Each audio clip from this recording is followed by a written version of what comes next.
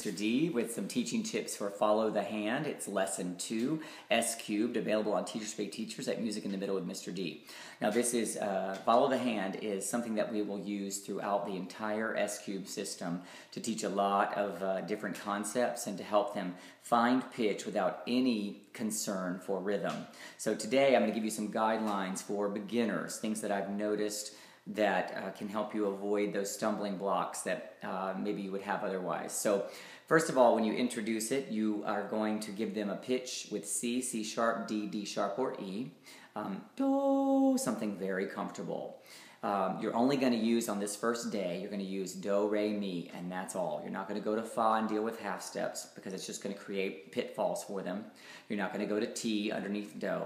Just stay in that 3-note range for right now.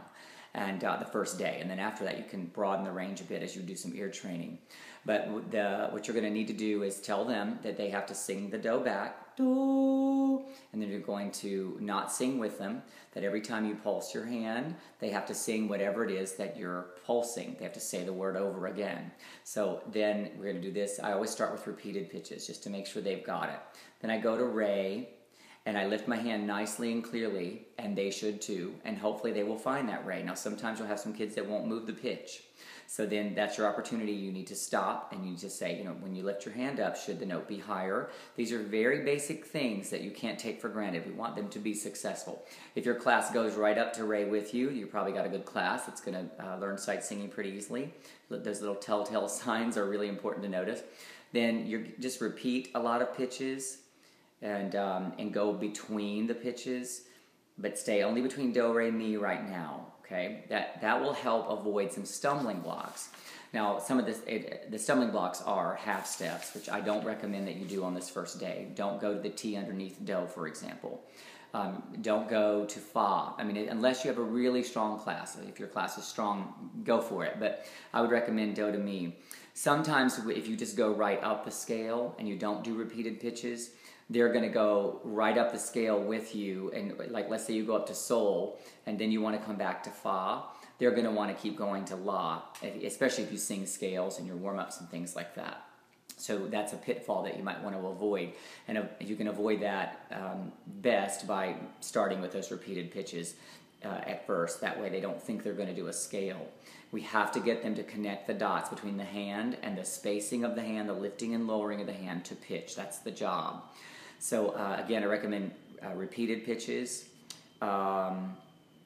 If they make an error in pitch, they usually know it, but they aren't really sure how to fix that. So encourage them to let their hands tell them what to do.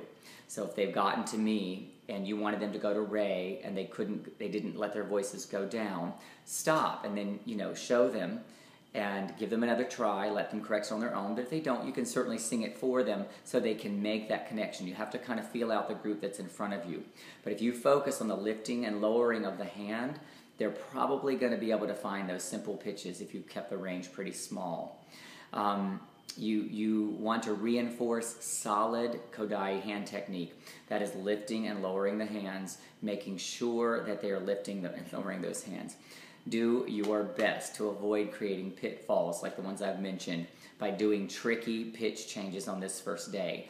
Success is a key component of S cubed. We want them to trust you. You're building your trust with those students, and part of that trust is making them properly each step of the way, and that's what this whole method is about. So it's a slow, methodical journey that really results in solid sight singing, and that's what today it needs to be about with this particular game. Remember, I always say that everybody must walk before they run, and that's why I would not recommend that you go past mi and fa and sol and all the way up the scale at this moment, unless you have a strong group, and you may. And every year I do it differently, but just make sure you keep in mind who is in front of you and how old they are and what their experience is before you start trying to run off and do this other bigger interval or larger scales.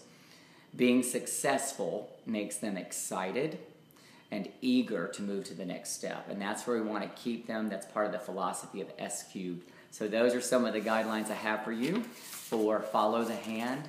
We'll increase the difficulty as time goes by. you'll see how that works. Hope it's working for you. Have a great day.